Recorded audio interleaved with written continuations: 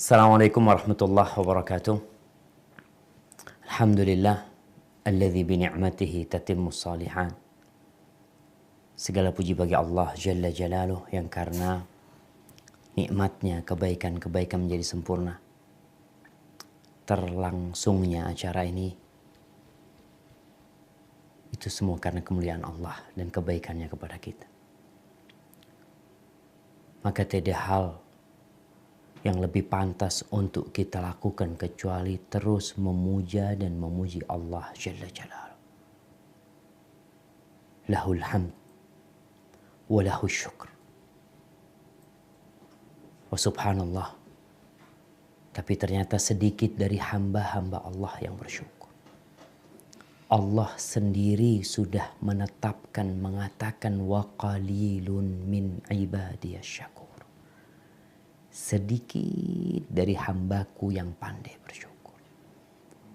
Kebanyakan kita hanya pandai berbicara. Mungkin lisannya bergerak memuji Allah. Mungkin lisannya membaca asma Allah. Tapi entah hati dan raganya apakah ikut memuja dan memuji Allah. Maka kalau kita melihat kenapa Rasul SAW beliau sholat sampai bengkak kakinya. Pada suatu malam beliau minta izin sama Aisyah mengatakan, "Ya Aisyah, kalau engkau izinkan aku ingin bermunajat kepada Rabbku." Suami minta izin sama istrinya. Karena waktu itu memang haknya Aisyah malam itu. Tapi Nabi ingin berjumpa sama Allah Azza wa Jalla. Kata Aisyah radhiyallahu ta'ala anha, "Ya Rasulullah, inni uhibbu qurbak." Wahai Rasul, aku ingin dekat dengan engkau. Walakinni uhibbu ma tuhibbuhu. Tapi aku cinta dengan apa yang kau cintai. Kalau engkau ingin bermunajat, tafadhol. Nabi malam itu sholat, menangis. Air matanya membasahi pipinya, membasahi jenggotnya, membasahi pangkuannya, membasahi tanah yang di hadapan Nabi alaihi salatu wassalam. Terus beliau menangis. Sampai ketika waktu subuh tiba Bilal datang. Dia heran melihat Nabi alaihi salatu wassalam dalam kondisi seperti itu. "Ya Rasulullah." Dia bilang, "Ya Rasulullah, kenapa engkau melakukan ini?" "Waqad ghafarallahu laka ma taqaddama min dzambika wa ma ta'akhkhar." Padahal Allah sudah selesai urusanmu. Udah diampuni dosa-dosamu yang lalu dan yang akan datang. Lalu apa kata Nabi alaihi salatu wassalam? "Afala akun abdan syakura." Apa enggak pantas aku untuk menjadi hamba yang bersyukur? Beliau punya apa beliau? Apa yang beliau miliki sebenarnya? Rumah dari sejak datang ke kota Madinah sampai meninggal dunia gak pernah ada renovasi. 5x5 rumah beliau. Seringkali beliau makan hanya kurma dan minum air. 2 bulan hanya itu yang beliau makan. Sallallahu alaihi wasallam. Seringkali beliau datang ke rumah, istrinya bertanya, "Hal min ta'am?" Ada makanan yang bisa aku makan? Kata istri, "Illal ma," gak ada kecuali air. Apa kata Nabi alaihi salatu wasallam? "Idzan ana shaim." Sahabat-sahabatnya terbunuh. Lalu apa sebenarnya yang beliau hendak syukuri? Itu yang mungkin kita tidak sadar. Terlalu banyak nikmat yang Allah berikan kepada kita, jamaah. Yang seharusnya kita harus lebih sering menangis. Seharusnya kaki kita lebih bengkak daripada kaki Rasul sallallahu alaihi wasallam. Allahumma lakal hamdu kullu. Allahumma a'inna ala dzikrika wa syukrika wa husni ibadatik. Wassalatu wassalam ala sayyidil mursalin wa imamil muttaqin qaidil ghurril muhajjalin sayyidina wa maulana wa syafi'ina Muhammad wa ala alihi wa ashabihi ajma'in. Amma ba'd. Ahibati fillah. Kalau bicara doa, kita akan bahas doa di dalam sholat dengan selain bahasa Arab. Tapi sebelum itu, ada satu rahasia doa yang mungkin kebanyakan kita kurang memperhatikan. Banyak di antara kita yang memperhatikan lafal doa yang dia baca, susunan doa yang dia rangkai. Tahukah kita bahwasanya Allah Azza wa Jal telah mengabulkan doa iblis? Iblis berdoa dikabulkan. Apa sebenarnya? Kok iblis yang membangkang kepada Allah Azza wa Jal, yang tidak mau sujud kepada Adam ta'ziman lahu? Kenapa? Kok Allah malah mengabulkan doanya ketika iblis mengatakan wa anzirni ila yaumi yub'atsun qala innaka minal munzarin. Allah ceritakan di dalam Al-Qur'anul Karim orang-orang musyrikin ketika mereka berada di atas kapal yang ada di surat Yunus ayat 22-23. Bagaimana tatkala mereka naik perahu, kemudian perahu itu diombang-ambingkan oleh ombak. Waja'ahumul mauju min kulli makan. Ombak itu datang dari segala penjuru. Wa dhannu annahum uhita bihim. Ketika itu mereka yakin udah habis nih. Udah gak ada tempat bergantung lagi. Selesai urusan kita. Da'awullah. Orang-orang musyrikin, penyembah berhala. Ketika itu mereka da'awullah, Allah kabulkan doanya. Allah selamatkan mereka. Tahu kenapa? Da'awullaha mukhlisina lahuddin. Ikhlas. Mereka melepaskan segala ketergantungan kepada makhluk, kepada benda, kepada siapapun, kepada pejabat. Mereka bergantung hanya kepada Allah saja.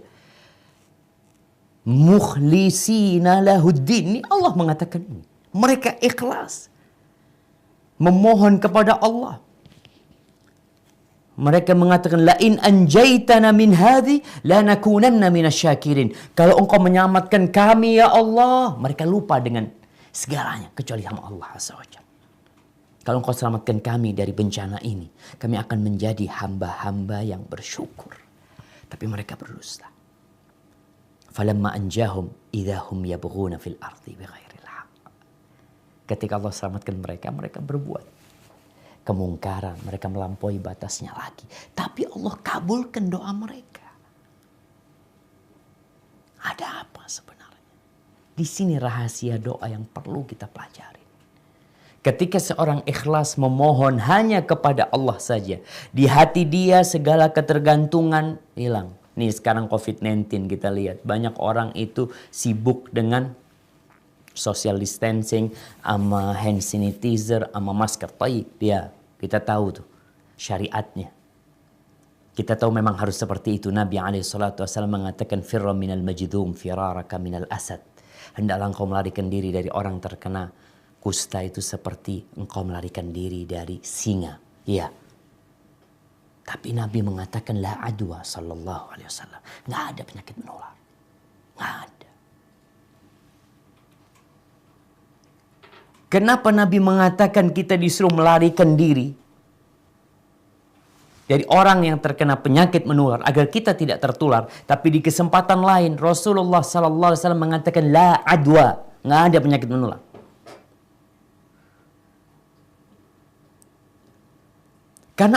Karena Nabi SAW ingin mendidik kita bahwasanya engkau harus tahu yang menyebabkan penyakit itu menular adalah Allah Rabbul Alamin. Sehingga engkau seharusnya takut sama Allah. Ingat sebabnya kita jalanin.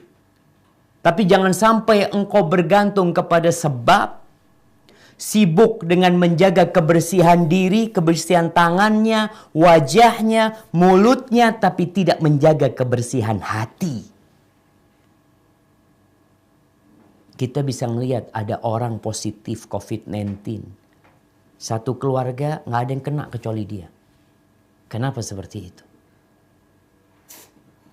Karena yang memindahkan penyakit pada hakikatnya adalah Rabbul Alamin. Jadi kalau bicara doa, maka hendaklah kita tuh ikhlas ketika berdoa.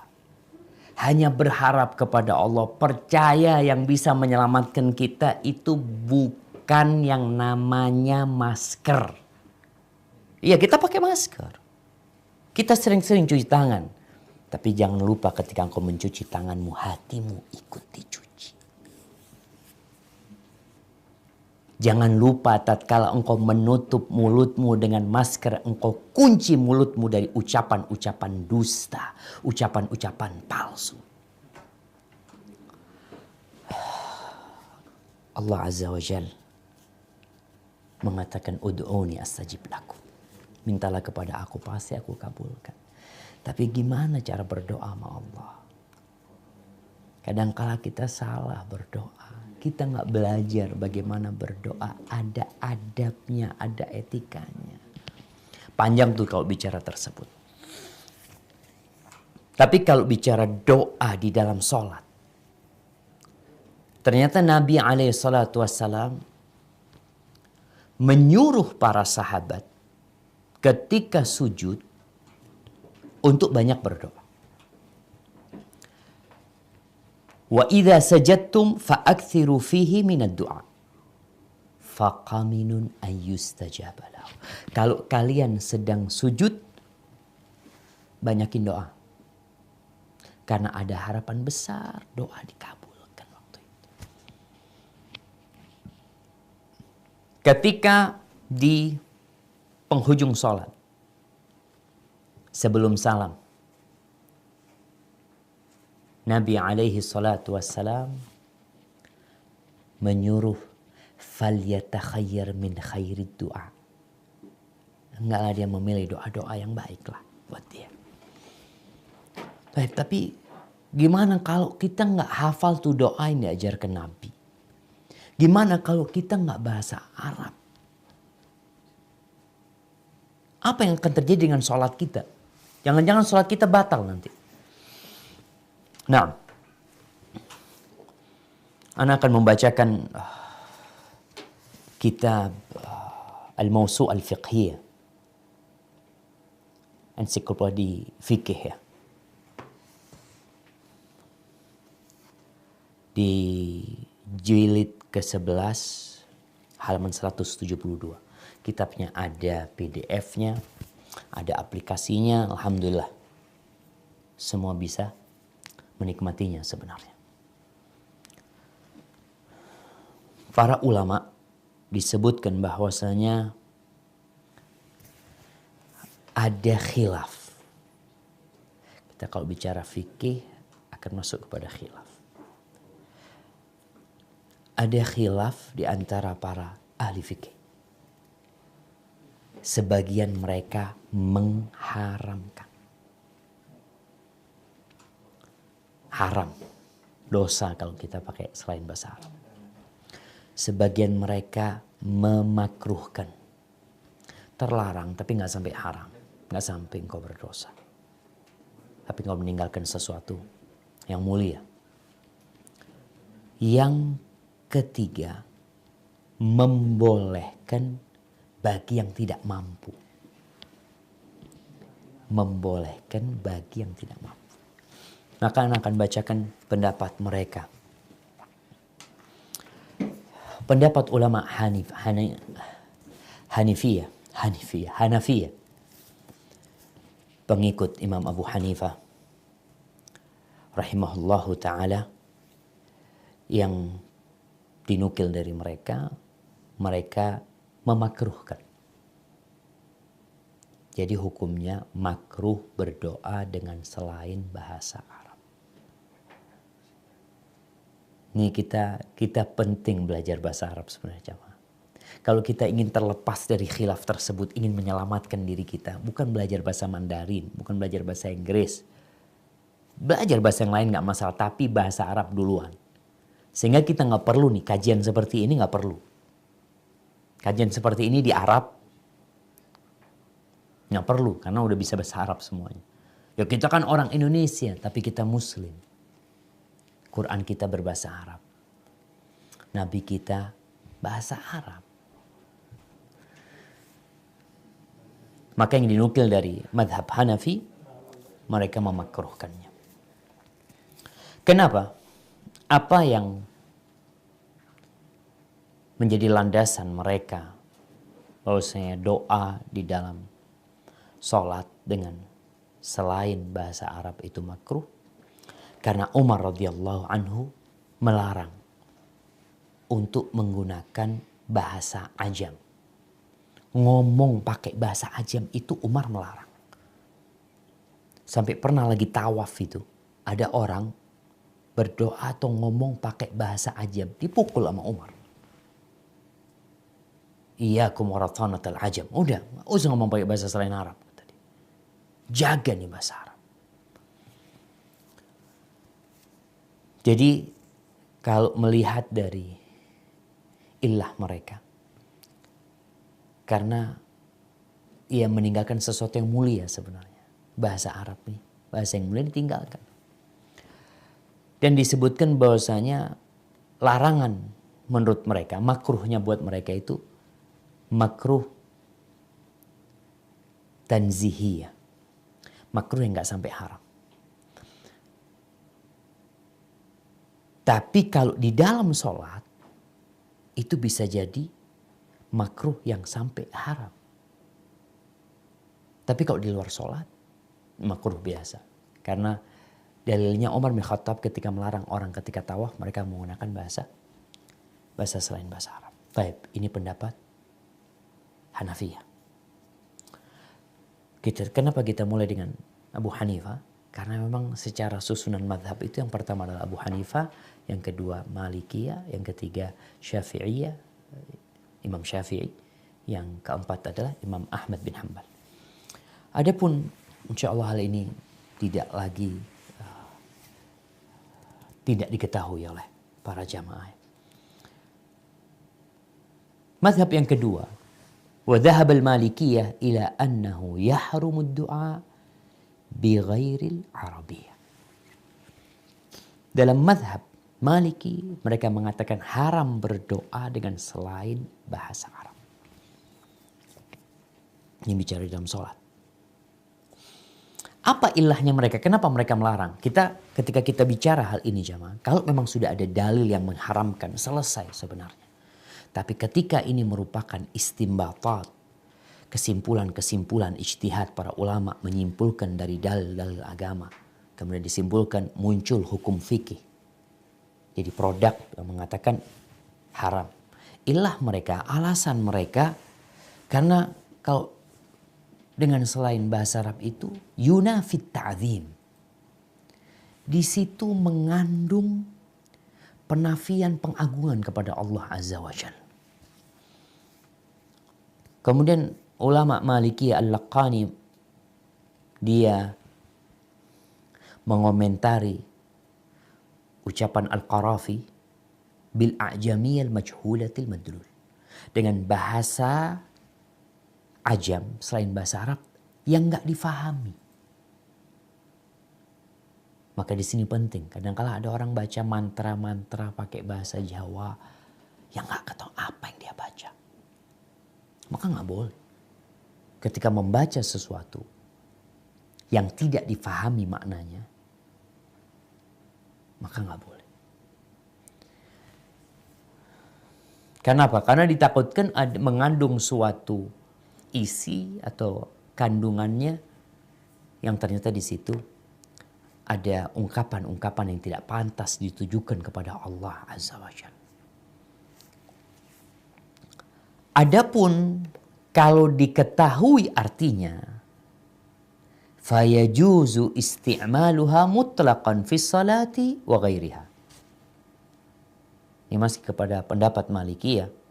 Adapun kalau diketahui maknanya, maka boleh digunakan secara mutlak di sholat dan di selain sholat. Jadi ternyata yang diharamkan itu kalau tidak diketahui maknanya. Adapun kalau diketahui maknanya, mereka berpendapat boleh. Karena Allah berfirman, wa 'allama Adam al-asma'a kullaha. Ini bagaimana Allah mengajarkan kepada Adam semua nama. Artinya bahasa-bahasa yang ada sekarang ini adalah bahasa turunan dari apa yang Allah ajarkan kepada Nabi Adam alaihi salam terhadap nama-nama. Jadi yang ada ini bahasa turunan dari apa yang Allah ajarkan kepada Nabi Adam alaihissalam. Dan Allah berfirman, "Wa ma arsalna min rasulin illa bilisani qaumih." Dan tidaklah kami mengutus seorang utusan, seorang rasul, melainkan dengan lisan kaumnya. Nanti sesuai dengan bahasa kaumnya. Nabi Musa alaihissalam nggak bahasa Arab, bahasa Ibrani. Nabi Isa juga. Nabi Ibrahim wallahu a'lam apa bahasa Syriania. Kemudian kita tahu sendiri di Mesir apa bahasa Mesir sebenarnya. Sebelum Bani Israel datang ke Mesir, apa bahasa yang digunakan di sana? Kemudian Nabi Lut dan nabi-nabi yang lainnya, mereka punya bahasa sesuai dengan bahasa kaumnya. Allah tidak mengutus seorang utusan melainkan dengan bahasa kaumnya. Ini apa yang ditegaskan oleh Dasuki tentang alasan mereka. Akhirnya yang terlarang itu yang tidak diketahui maknanya. Jadi kalau kita dikasih amalan, kemudian kita nggak tahu artinya, kita baca, maka nggak boleh kita membacanya sampai kita memahami apa makna dari tulisan atau amalan yang diberikan kepada kita. Baik, kita di Indonesia madhabnya Syafi'i. Syafi'i ini sebenarnya keras ya, subhanallah ya. Karena kalau nih khutbah Jumat, kenapa di Indonesia masih ada masjid-masjid yang khutbah Jumat bahasa Arab? Ana itu paling senang kalau masuk masjid yang khutbah bahasa Arab. Karena biasanya nggak lama. Kenapa nggak lama? Karena yang ceramah itu nggak bisa bahasa Arab. Dia cuma baca doang. Karena menurut fadhhab Syafi'iyah fil asah minal madhab, pendapat Syafi'iyah, pendapat yang paling benar dalam madhab Syafi'i, annahu yushtarat an takuna bil Arabiyyah. Khutbah itu harus bahasa Arab. Ini pendapat yang paling benar dalam madhab Syafi'i. Fa in lam yakun thamma man yuhsinul Arabiyyah, kalau ternyata di kampung tersebut, di negeri tersebut nggak ada yang bisa bahasa Arab, walam yumkin ta'allumuha, dan nggak mungkin mempelajarinya, khutiba bi ghairihi atau khataba bi ghairihi, maka orang itu ceramah dengan selain bahasa Arab. Fa in qaddat muddatu imkanit ta'allum. Kalau ternyata waktu belajar sudah habis, artinya nggak mungkin mereka belajar sekarang. Mereka perlu waktu untuk belajar bahasa Arab. Oke, waktunya mamanya 6 bulan. Oke, belajar 6 bulan. Setelah 6 bulan, ini waktu yang memungkinkan orang bahasa Arab. Walam yata'allamu asau kulluhum wala jum'ata lahum. Mereka semua telah melakukan kemaksiatan. Dan nggak ada Jumat buat mereka lagi. Subhanallah. Ini pendapat Syafi'iyah dalam urusan Jumat. Makanya kita jangan heran tatkala kita masuk masjid yang khutbah bahasa Arab. Karena memang menurut pendapat yang lebih roji di dalam mazhab Syafi'i, yang lebih asoh, yang lebih sohi, itu bahasa Arab. Terus gimana? Nggak paham, makanya makmumnya belajar bahasa Arab. Baik, kembali kepada doa di dalam sholat dengan selain bahasa Arab. Ulama Syafi'iyah memiliki pendapat yang terperinci. Mereka membagi. Yang pertama, faqalu ad-du'a fi shalah imma an yakuna ma'thuran aw ghairu ma'thur. Ingat, doa yang dibaca ketika sholat itu ada dua. Ada doa yang sesuai dengan sunnah Nabi SAW. Artinya doa ini memang diajarkan Nabi SAW. Ada doa yang tidak diajarkan Nabi. Doa yang dibuat sendiri. Amma ad-du'a'ul ma'thur fafihi thalathatu awjuh. Adapun doa yang dari Nabi SAW boleh nggak dibaca dengan bahasa Indonesia. Maka dalam masalah doa yang diajarkan Nabi kemudian dibaca dengan selain bahasa Arab, itu ada 3 pendapat. Jadi umpamanya doa Rabbana atina fid dunya hasanah wa fil akhirati hasanah wa qina adzabannar. Boleh nggak dibaca pakai bahasa Indonesia? Anak kurang mantep Ustaz kalau pakai bahasa Arab. Maka ada 3 pendapat di sini. Yang pertama, as-sahhuha, ini yang paling benar. wa yuwafiquhu ma dhahaba ilaihi al-Hanabilah, dan ini sesuai dengan madhab Hambali, annahu yajuzu bi ghairi al-arabiyyah lil ajizi anha, bahwasanya boleh membaca doa yang diajarkan oleh Nabi alaihi salatu wassalam dengan selain bahasa Arab, itu diperbolehkan untuk orang yang tidak mampu untuk membacanya dalam bahasa Arab. Ini pendapat Syafi'i yang paling benar dalam masalah doa yang ma'thur dari Nabi alaihi salatu wassalam. Wala yajuzu lil qadir, dan tidak boleh orang yang bisa bahasa Arab kemudian dia menerjemahkan bacaan sholatnya atau doa dalam sholat yang diajarkan Nabi SAW. Umpamanya di akhir sholat Nabi SAW mengajarkan doa, Allahumma inni a'udzubika min adzabil qabr wa min adzabi jahannam wa min fitnatil mahya wal mamat wa min syarri fitnatil masih dajjal. Ya Allah, lalu dia terjemahkan, ya Allah, aku berlindung kepadamu dari azab neraka, dari azab kubur, dari azab neraka, dari fitnah kehidupan dan kematian, dan dari fitnah dajjal. Padahal dia mampu menghafalnya dalam bahasa Arab, dan pendapat Syafi'i, fa in fa'ala batalat salatuh. Kalau dia melakukan itu, menerjemahkan padahal dia mampu, maka batal salatnya. Ini pendapat Syafi'i yang paling benar. Jadi kalau ada yang mengatakan seperti itu, memang ini pendapat mereka. Karena engkau mampu, kenapa pakai bahasa Indonesia? Wa tsani yajuzu liman yuhsinul arabiyyah wa ghairahu. Pendapat yang kedua, boleh. Dalam mazhab Syafi'i, boleh bagi orang yang bisa bahasa Arab, nggak bisa bahasa Arab, boleh dia. Mau diterjemahkan dalam bahasa dia, boleh. Ini pendapat yang kedua dalam mazhab Syafi'i. Wa tsalits la yajuzu li wahidin minhuma li adami darura ilaihi. Pendapat yang ketiga dalam mazhab Syafi'i, nggak boleh. Buat siapa? Buat dua-duanya. Mampu dan yang tidak mampu nggak boleh menerjemahkan doa itu ke dalam bahasa Indonesia. Ini berkaitan dengan doa yang diajarkan sama Nabi alaihissalatu wassalam. Wa amma du'a ghairul ma'thuri fis salah. Adapun doa, bolehkah kita sekarang membaca doa dengan sesuatu yang tidak diajarkan Nabi SAW? Fala yajuzu ikhtira'uhu wal ityanu bihi bil ajmiyati qawlan wahidan. Pendapat Syafi'i satu. Maksudnya nggak boleh membikin doa yang dibaca dalam sholat dalam bahasa selain Arab. Nggak boleh. Qawlan wahidan. Ini pendapat Syafi'iyah. Adapun pendapat Hanabilah yang tadi kita katakan bahwasanya Syafi'iyah dalam doa yang diriwayatkan dari Nabi SAW, pendapat yang lebih kuat, kalau memang nggak mampu boleh dengan selain bahasa Arab. Urusan nggak mampu, dia baru masuk Islam, dia belajar udah ngafalin nggak hafal-hafal ya. Baik. Itu pendapat Syafi'iyah. Adapun pendapat Hanabilah jamaah, bahwasanya mereka berpendapat diperbolehkan berdoa dengan selain yang diriwayatkan dari Nabi SAW, walaupun dengan selain bahasa Arab.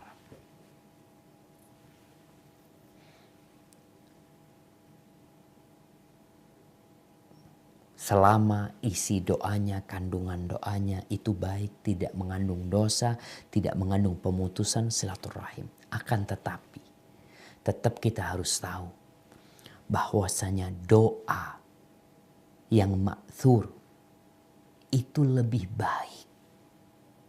Kenapa? Karena kadangkala kita itu baca doa 5 menit, padahal yang diminta cuma 1. Sedangkan doa yang diajarkan Nabi SAW pendek, mengandung kebaikan dunia dan akhirat. Semuanya. Kita doa 5 menit, Nabi cuma ngajarkan 5 detik. 10 detik. Namun karena ada orang-orang yang tadi nggak bisa bahasa Arab dan dia memiliki keinginan, dia ingin minta sama Allah Azza wa Jal. Dan kita tahu, kita bicara tadi, doa itu dikabulkan karena ikhlas, karena tulus, karena benar-benar dia bergantung sama Allah Azza wa Jal. Dan Allah itu faham dengan semua bahasa. Allah itu mengetahui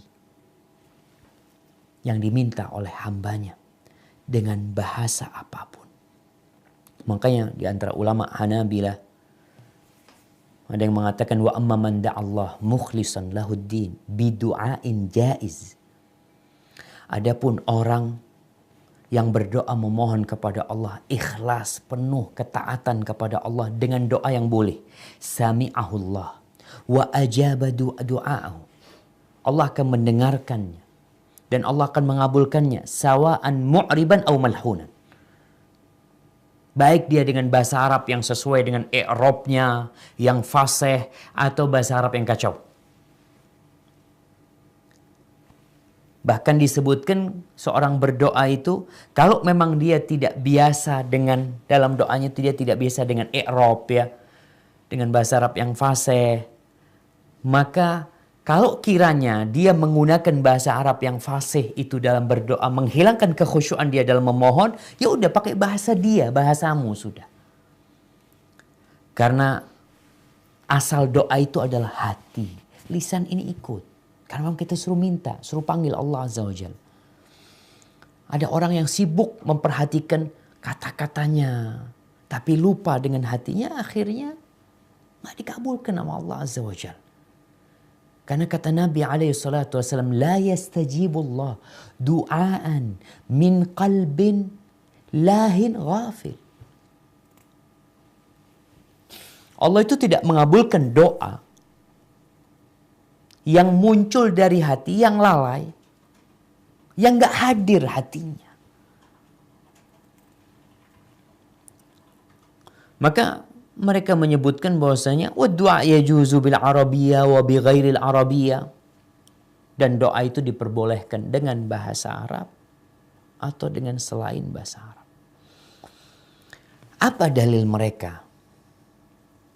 Sekarang sandarannya apa? Karena memang kalau kita lihat tidak ada dalil yang tegas mengatakan harus berbahasa Arab. Cuma memang Nabi SAW karena beliau dari Arab, lisannya mereka orang-orang Arab, bahasa Arab, maka semua doanya dengan bahasa Arab. Mereka berpendapat bahwasanya boleh berdoa dengan selain yang diriwayatkan dari Nabi SAW di dalam sholat. Karena sabda Nabi SAW, thumma yatakhayyar minal mas'alati ma syaa. Ini ketika tasyahud. Hendaklah dia memilih dari permohonan terserah dia. Dalam lafaz lainnya dikatakan thumma yatakhayyar minad du'ai a'jabahu ilaihi fayad'u. Kemudian hendaklah dia memilih dari doa yang menakjubkan dia, kemudian dia berdoa dengan doa tersebut. Maka jamaah rahimakumullah, itu pendapat para ulama berkaitan dengan bolehkah kita berdoa di dalam sholat kita dengan selain bahasa Arab. Orang India pakai bahasa India. Anda lihat pendapat mungkin yang lebih kuat di antara semua itu adalah yang membolehkan bagi yang tidak mampu. Maka berusahalah untuk jadi orang yang mampu. Kenapa? Karena muslim itu yang kuat lebih baik dan lebih dicintai Allah daripada mukmin yang lemah. Kata Nabi SAW, al-mu'minul qawi khairun wa ahabbu ila Allah minal mu'minil dhaif. Seorang mukmin yang kuat, kuat imannya, yang pertama. Kuat ilmunya. Kuat ya ekonominya, yang lainnya. Tapi yang pertama kekuatan iman yang membuat dia kuat di segalanya. Karena kalau ekonomi kuat, tapi imannya nggak kuat, dia bakhil. Tapi kalau imannya kuat, ekonominya lemah, dia berbagi dengan apa yang dia miliki. Tetap dia berbagi. Maka yang menjadi tolak ukur adalah kekuatan iman. Kekuatan iman ini akan mendorongmu untuk belajar bahasa Arab. Bahkan para ulama mengatakan al-Arabiyyah minad din.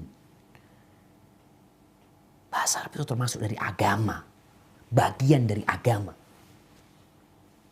Kenapa Quran kita berbahasa Arab? Jadi mukmin yang kuat lebih baik dan lebih dicintai Allah daripada mukmin yang lemah. Jadi ini pembahasan kita pada kesempatan kali ini yang berkaitan dengan doa di dalam sholat dengan selain bahasa Arab.